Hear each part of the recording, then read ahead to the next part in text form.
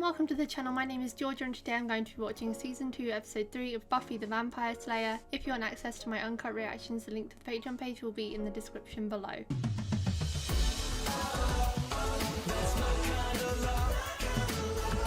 Last episode was a Monster of the Week episode where there were two boys in the school who were digging up dead bodies of teenage girls and cutting their limbs and sewing them together to make the perfect woman. There was a big plot twist in there in that they weren't doing it for their own twisted desires, they were doing it for Chris's brother Daryl, who had died a couple of years earlier. Presumably they brought him back as well. He was fixated on finding someone to love him because he was lonely. He was living in isolation. He wasn't going out or anything because, you know, he's a bit of a freak now, and he wanted someone that would love him, and he chose Cordelia's head because she was always nice to him and she's pretty. So they then came up with a plan to kidnap and kill Cordelia, which was way past the line they'd crossed before. Chris wasn't really down to do that, whereas Eric was all for it. That kid was an absolute psychopath. And Cordelia was mere inches away from death. Death by beheading, death by fire, like it was all going on for her that episode. But thankfully Buffy got there in time and they managed to get her out and everyone lived besides Daryl. Daryl chose to die with his girlfriend, then come out of the ashes, but I think it's for the best. He was never going to have a proper life being revived like that. It's horrible that he died, and I get why his brother wanted to bring him back, but it's just not natural. I don't know how he had the stomach to even do that, digging up dead bodies and then sewing them together. That's so beyond the pale. You know, it posed some interesting questions, and it was interesting seeing humans be the monsters of the episode rather than vampires or witches or anything else, because humans are the scariest ones of all in my opinion. In good news though, Giles and Miss Calendar went on their first date and they've low-key arranged a second. Honestly, they're my favourite ship of the show, aka the only ones I ship at this point in time. But I love them so much. I think they're so different and they work so well together. They're really funny in all of their scenes. Their flirting is unmatched. I am really enjoying their dynamic, and I'm so glad that they managed to find their way towards a date even if neither of them explicitly asked the other. Angel also admitted that he was jealous of Buffy and Xander's dance in episode 1, and she was trying to coax that out of him at the start of the episode as well, but he wouldn't admit it, but thankfully he did by the end because he kept running into her and Xander together. But he was jealous because he can be with her at times when he can't. He can be with her in sunlight, he's with her all day and blah blah blah. But he really has nothing to be jealous of. I mean, I know from his point of view he's well aware that Xander likes Buffy, but we know for sure that Buffy doesn't like Xander, and I don't think she's the type of person, besides episode 1, but she kind of went off the rails. I don't think she's the kind of person that would just go out with Xander for the sake of going out with him because he likes her, you know, for that self-esteem boost. She doesn't strike me as that type of person, and she very clearly likes Angel, so he has nothing to be jealous of, and in that sense he should be jealous of everyone she's around because everyone can go out with her in sunlight and spend all day with her at school, like Willow and Giles even. But yeah, I do get where he's coming from, because every time Xander and Angel are in the same scene it's kind of like a western standoff, isn't it, between like, oh, who likes Buffy more. But poor Xander doesn't stand a chance. If anything, he should feel bad for Xander because she blatantly doesn't like him. He still hangs around with her every day, you know, in love with her, and she's never gonna like him back. So I feel for Xander more, to be honest, in that sense at least. A lot of educators tell students, think of your principal as your pal. That's certainly not the case with you. Think of me as your judge, jury, and executioner. Wow. Tell me. He's not actually saying, who do you think is the most troublesome student in the school? Mr. Students. On the one hand, Buffy hasn't stabbed a horticulture teacher with a trowel. Sheila has never burnt down a school building. That wasn't here, so she should get a bypass. Thursday is parent-teacher night. I decided to put the two of you in charge of this event. Yes, another thing on Buffy's plate then. It shouldn't be that hard. We can work on the banners at lunch tomorrow and figure out refreshments then. Yeah, sure, whatever. Hey, meat pie! Interesting that they've got two girls as the most troublesome students. In my experience, it was always the boys. Well, Sheila's definitely Oh my intense. God. That guy with her, that's the guy she can bring home to Mother. The Buffy Angel age gap ain't looking too bad now. Do you think any other Slayers ever had to go to high school? It's no biggie. You'll have a nice I would soiree. love to have a deep dive on the old Slayers, like a flashback episode of every Slayer in time or something. It's the ultimate jinx. What were you thinking? Were we even thinking at all? Well, you guys don't know. Maybe this time it'll be different. Clutches bag. Oh. Okay. Enjoy your stay. Oh. I mean, that might be the coolest vampire I've ever seen. That long leather jacket. Stylish. Home sweet home. A British vampire. Oh, he kind of looks like Billy Idol. He gives off Billy Idol vibes. The master is dead. Someone has to take his place. As long as the Slayer's alive, whoever takes his place will be sharing his grave. Love that someone there is admitting that Buffy will most likely defeat them. Please. If every vampire who said he was at the crucifixion was actually there, it would have been like Woodstock. I was actually at Woodstock. That was a weird gig. This actor is not British. So, who do you kill for fun around here? Who are you? Spike. Oh! You're that Oh anointed my guy. god! Oh, what?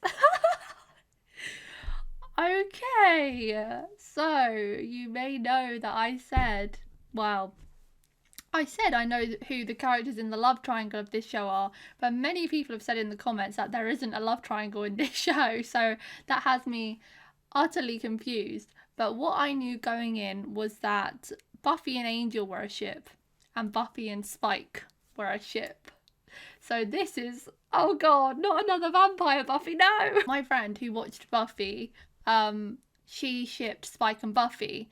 So now I have questions, because people are saying there isn't a love triangle, and Spike is in their show already. So I'm like, oh, does she just ship Buffy and Spike and they never get together? Because that happens a lot, where like you have two characters who you think will be great together, and then it never happens. So I'm thinking that maybe that's it now, because how can there not be a love triangle? What?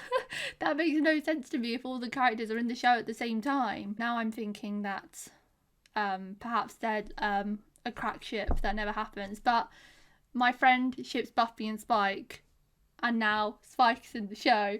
So officially everything I know about Buffy is now out in the open, and I know nothing else. Literally, I'm even questioning what I thought I knew, because I thought Buffy and Spike were a ship, and now I'm like, oh, maybe they're not actually a canon ship. Maybe it's just a fan-made one.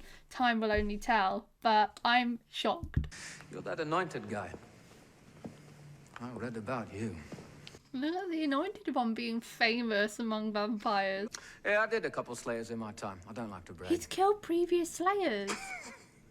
Who am I kidding? I love to brag. Drusilla, Who is she? you shouldn't be walking around. You're weak. This one has power. I could feel it from the outside. Do you like daisies? I plant them, but they always die. Oh, she's Everything I put crazy. in the ground withers and dies. Holy shit! I'm a princess. That's what you are. How sharp are her nails? Bloody hell. Me and Drew, we're moving in. I'll do your Slayer for you. That's interesting that he's opting in for it, yet everyone seems to really not want him on board, when they were just saying they wanted someone to lead them again. So, how about this Slayer? Is she tough? Ow. What's wrong? Oh no, don't do her dirty like that. Yes, she is tough. It's just the knots in her hair are hard. We moved once because of you getting in trouble, and had to start a new business, not to mention a new life in a whole new town. What I don't want is to be disappointed in you again. Bloody hell, Mum. Mom, it's the last thing that I want too. That was a bit harsh. I can study and party and do parent-teacher night and make my mother proud, as long as I don't have to Buffy, fight vampires. according to her calculations, this Saturday is the Night of St. Bridget's. Let me guess. He didn't make balloon animals. He led a crusade of vampires. Well, if I survive parent-teacher night tomorrow, I'll see what I can do about Saturday. This is going to be a hellish week, isn't it? This is serious. And getting kicked out of school is laughs aplenty. You know what happens when you let your life interfere with your slaying. I know that Giles is her watcher, focuses a lot on the supernatural aspects of her life, but I think he should give her some grace in the fact that the parent-teacher night is very important, because otherwise she will get moved away or potentially expelled. But maybe he doesn't know about Snyder's real disdain towards Buffy, but I think he should be able to recognise that she's not the most exemplary student, and this is an important night for her.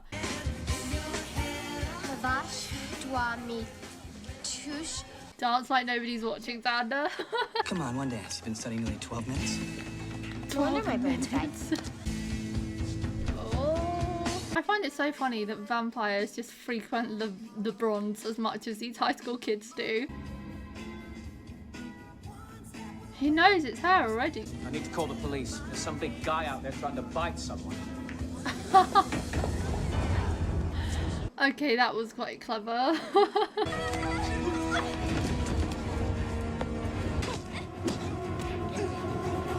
Oh, he's watching from afar. He's checking out her skills. Was that what I thought it was? Xander.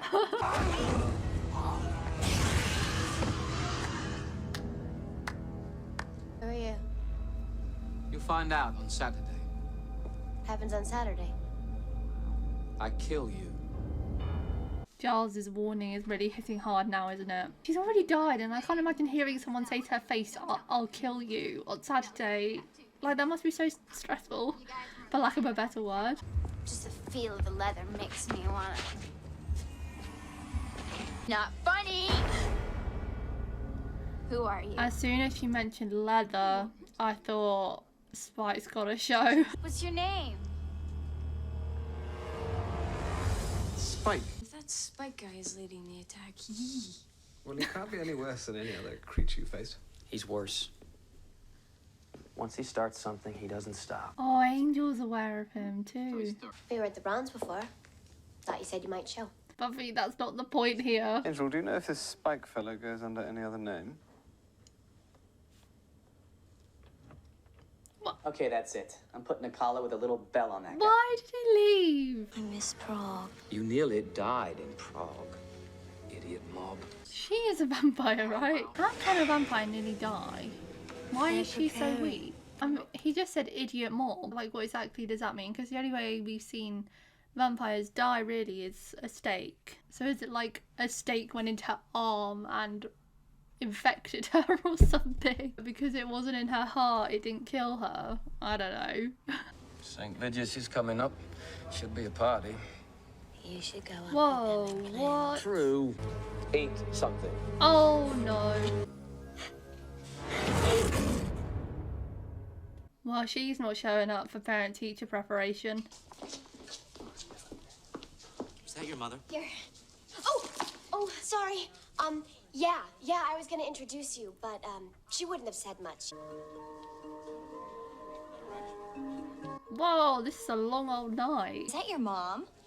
Now that is a woman that knows how to moisturize. Did it, like, skip a generation? Finally something complimentary to say about someone. I'm afraid we need to talk. My office is down here. My guess? 10th high school reunion? You'll still be grounded. Cordelia, have some lemonade. Torturing his victims with railroad spikes. Very pleasant. Oh, well, here's some good news. He's barely 200. He's not even as old as Angel. Angel's older. Spike has forged 2 slayers in the last century, and... One. He's killed them both. That makes him immediately more of a threat than anyone else in the show so far. In the car, now.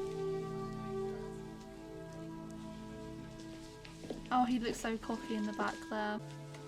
Not him turning the light off, like everyone can leave now. He's spoken to Buffy's mum, so that's the priority. Ow. What can I say? Couldn't wait. Why? You're a night early. Don't you have to stick to the rituals of this stuff? Could this be the moment her mum finds out, though? Oh, please. Nobody gets out, especially the girl. Come on, Willow. I'm a veal kind of guy. You're too old to eat. But not to kill. What the hell? His head. He looked like one of those, looks like one of those floppy red air dancer things that blow in the wind. Find Angel. He knows about Spike. We need him. No, I'm not going anywhere until I know that Buffy and Willow are all right. No one will be all right unless we get some help. Xander's actually the most loyal. I swear he never wants to leave and he's always ready for the fight because he wants to try and protect them. You can't go outside. They'll kill you. You don't tell me. I tell you. They will kill everybody in this room. Who do you think you are? The person that's about to save your life. You can't go out there. I know. That's why I'm going up there. Slayer! She's about to see how brave her daughter really is. I hope I swear to God, she better remember this. They can hear her. Oh, they probably have supersonic hearing, don't they? Someone's in the ceiling. We've got a sing-songy villain. They're always kind of iconic. I am the Watcher. I'm responsible for her, and I have to go. Oh, everyone wants to go out to protect her. I love it. This is my school. What I say goes, and I say this is not happening. Are you an illusionist? I'm beginning to see a certain mother-daughter resemblance. She knows nothing about it. She's still got more sense than all of you. You heard what Buffy said. Yeah. Door's solid. Use your head.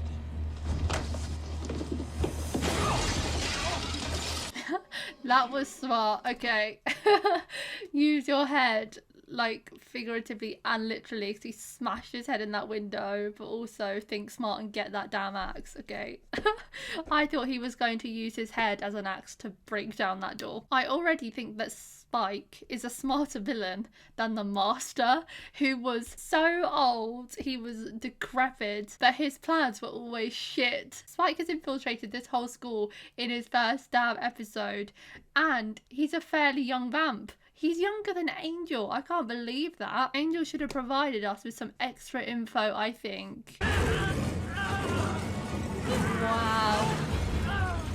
Mike and Snyder have come first. Sheila, where have you been? Sorry I'm late. There's some really weird guys outside. No, she's still alive. Well, she's alive, so that means she's a vampire, right? Angelus! Oh, he calls him by that name. I'll be damned.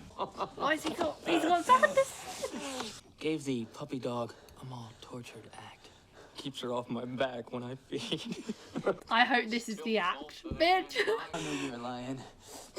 Undead liar guy. No, Xander. It's a ploy, I hope. Bite before we kill her? He's offering his neck on a plate.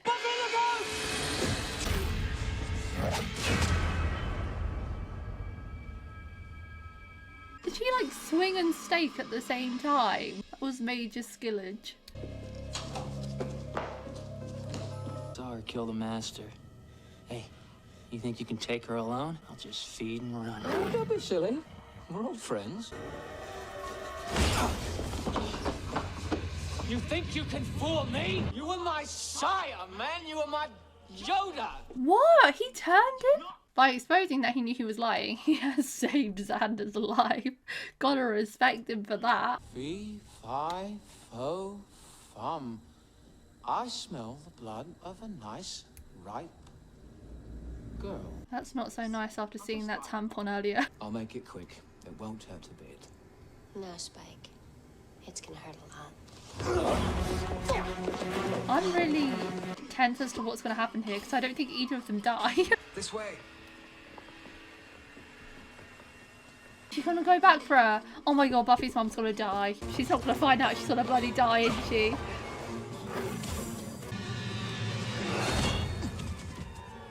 Oh! You get the hell away from my daughter. Oh my god! Women! Why did that axe just like bounce off his head though? Nobody lays a hand on my little girl. Oh my god, that's the most queen moment she's had. Yes, the bravery does run in the family. I got a body inside and I got another one on the south lawn. It looks like he was pulled right through the window. I told him not to go through that window. Oh, you bloody liar. I will understand if you decide to start avoiding me. I love them. I had to see if he was buying it or not. And if he bit me, what then? We would have known he bought it. Want the usual story? Gang-related, PCP? What you have in mind, the truth? Right. Do you know the truth? gang-related, PCP. They both know that it's not gang-related? I have a daughter who can take care of herself, who's brave and resourceful and thinks of others in a crisis. I'm gonna sleep better knowing all that. Oh, that's enough to make you cry, isn't it?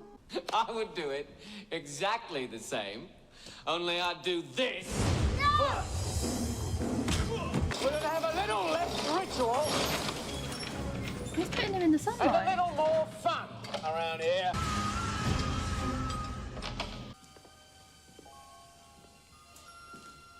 There I was thinking that the Anointed One was going to be such a major villain this season, and he's just been killed off in episode 3. But I guess that does establish that Spike and maybe DRUSILLA, if she gets strong enough, will be the main villains of this season. The Anointed One, he had a better ending than his master, I'll say that for sure. I didn't realise that when vampires are exposed to sunlight that they literally melt or disintegrate that quickly as well. It only took a matter of seconds. I'd kind of forgotten that when vampires are exposed to sunlight they die very quickly, because I remembered that it happened to Luke in episode 2. That's how Buffy killed him, by that little ray of sunlight coming through the window. But the Anointed One just melted or disintegrated right there, and I cannot believe that he has exited so early on. There's no way they're getting him back. He never really posed much of a threat to Buffy, did he? He's just a child, and like, yeah, he's a vampire, but he's a very recently turned vampire. He was no match for Buffy, and he had, even though he seemed to be very well respected and all the vampires knew of him, he wasn't very good at coordinating plans, because he has the mind of a 8-year-old child. I can't remember how old he's supposed to be, but he's very young. He's not going to be able to formulate plans against the Slayer, whereas Spike certainly can. I mean, he's killed 2 Slayers before, which instantly makes him a lot scarier than everyone else in my eyes, even if I have it in my head that someday him and Buffy might end up dating. But now he poses much of a threat to her and the people around her. His weakness is he's very spontaneous, he's very blood hungry, he's someone that doesn't like to wait. I think he's the kind of person that if he found a TV show he liked, he would binge watch it rather than watching it night by night. The original plan was to do it on the night of the ritual on the Saturday, but he busted in school saying that he couldn't wait, and he has this aura of confidence which I suppose he's earned given his killing history by the sounds of it. What let him down was his eagerness. He infiltrated the school when he shouldn't have, and that's perhaps spoiled his plan. But both him and Buffy do live on, so there'll be more fights coming soon, I'm sure. Buffy's mum, I feel like they might have said her name before, but I can't remember what it is. I don't like referring to her just as Buffy's mum, but she had one moment where I was really like, that wasn't nice, when she said to Buffy that she doesn't want to be disappointed in her again. Too much tough love in my eyes, but I guess I have more sympathy for Buffy considering, you know, we have more insight into her life than what her mum does. But she kind of saved herself by the end of the episode. I mean, she hit Spike on the head with an axe, which was shocking but so brave of her. I think she was really inspired by Buffy. I don't think she would have done that if Buffy hadn't put herself in a situation where she was fighting things, and so Buffy gave her the confidence because she wanted to protect her daughter and find her. But the real moment for me was when she said that she's proud of her. It doesn't matter what the principal said. What she saw tonight was her daughter putting herself out there on the line, fighting to protect others, and she's very proud of her, which was really a moment. She's always been quite hard on Buffy, and from her point of view I get why she is hard on her, because, you know, if I had no idea about my daughter's life and she set fire to her school gym, that actually isn't something to take lightly. And as she said, she did have to move her whole life here so that they could have a fresh start, and she doesn't want to do it again. It's all fair enough, but that must have been really great for Buffy to hear, because this was the first insight her mum has had into the Slayer side of her life, even if she's not actually aware of it yet, the depth of it all. That was a good sign for if she potentially does find out, which I'm hoping she does find out sooner rather than later, so that she'll have a lot more understanding of her daughter, and maybe to bring them closer together, because I feel like there is that like rift between them because Buffy can't tell her the whole truth, and therefore they can't properly connect because she's hiding such a big part of her life from her. Speaking of people who know, the principal knows about the supernatural world or knows about vampires. He knows something, which is mind-blowing. It does perhaps, well, maybe, I don't know. Does he suspect Buffy? It takes me back to the Puppet Show episode, his first episode, when he was being a real creepo, stalking Buffy around. Does he suspect that she's a vampire? Does he know that she's a Slayer? No, he can't know that she's a Slayer because he was very dismissive towards her orders in that classroom. Actually, I don't think he knows anything because he wasn't really taking anything that Buffy said in, so I don't think he knows that she knows. They don't know, we know they know. But he is aware, and he's working with the police to cover it up and just claim that it's gang-related things. PCP, they keep saying PCP, I have no clue what that is. That should be very interesting going forward, knowing that he's aware of things and how he's going to explain away.